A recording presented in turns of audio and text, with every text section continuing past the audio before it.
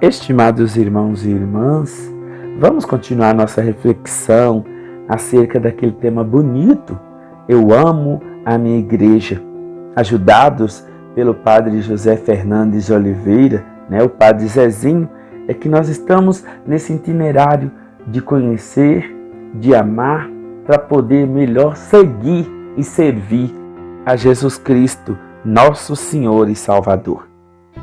Inteligente e arguto como era, Jesus sabia muito bem o que significava ser profeta em Israel. Já falamos a esse respeito.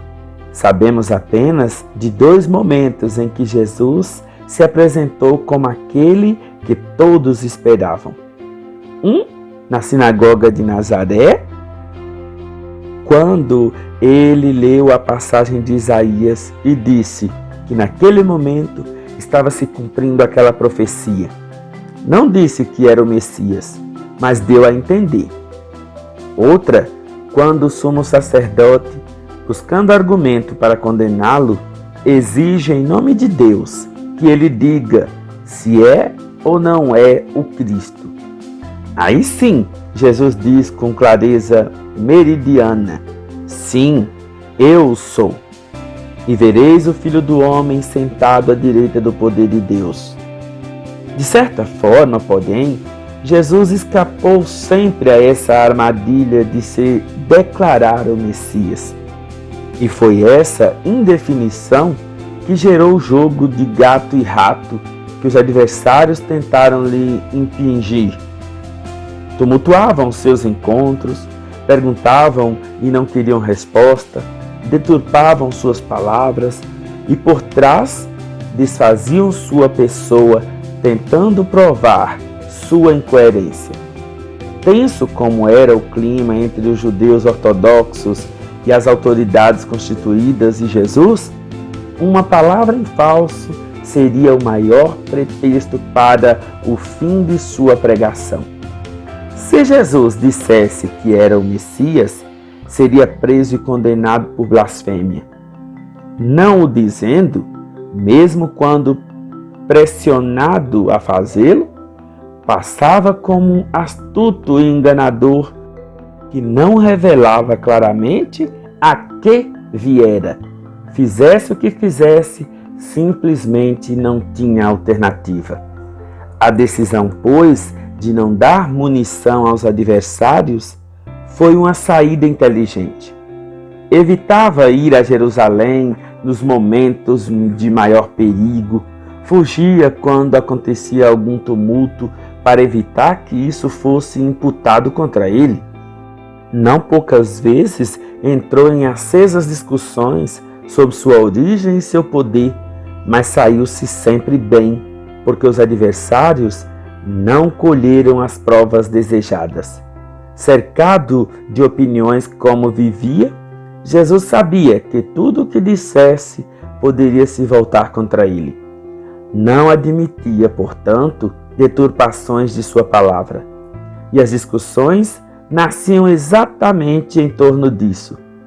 Jesus era contestado de maneira desonesta e revelava aos presentes a desonestidade do contestador. Uma leitura desses debates poderia nos levar a resumir tais discussões com a frase: eu não disse o que você disse que estou dizendo.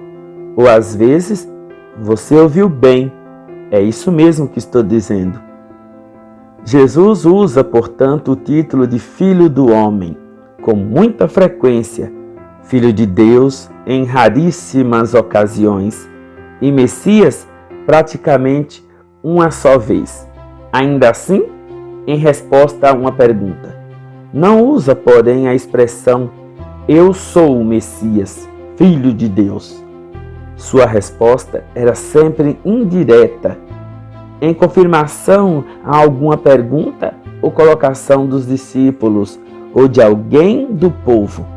E quando instado a provar que era mais do que um homem comum, mostrava as obras e dizia claramente que o Pai, assim ele chamava a Deus, o enviara para fazer o que estava fazendo. Mas Até mesmo quando se declara filho do homem, e mesmo quando chama a Deus de Pai, não é muito compreendido. Depois de quase 3 anos juntos, um dos discípulos, Filipe, ainda perguntaria quem era seu pai e pediria que o apresentasse a eles. Há heróis maduros e heróis irresponsáveis. Os maduros sabem o risco que correm, mas não se atiram aos braços do inimigo para morrer gloriosamente. Os irresponsáveis são capazes de provocar para atiçar o povo contra as autoridades. Jesus não fez isso, mas foi provocado do que provocou, mas se defendeu do que agrediu. Tinha contra si as suspeitas dos romanos, dos saduceus, dos fariseus, dos escribas e de inúmeros guardiães da doutrina e da sobrevivência política de Israel. A seu favor, a enorme simpatia do povo, que nem sempre basta para salvar um herói e alguns seguidores fiéis, mas não tão dispostos a arriscar a pele com ele, como veremos no relato da paixão e morte do seu mestre. E então, se Jesus era o Filho de Deus, o Messias esperado, por que não deixou tudo claro? Se não era, de onde os cristãos tiraram tal conclusão? Se Jesus, mesmo muitas vezes, não foi claro, como é que os cristãos podem afirmar com tanta segurança que ele foi quem disse que foi? Meus irmãos, minhas irmãs, a vida de Jesus, ela é um processo. Não é algo que a gente responde apenas em uma atitude de Jesus. Desde o nascimento de Jesus até a sua ascensão gloriosa para o céu, dão testemunho de quem ele é. O próprio Pai dá testemunho.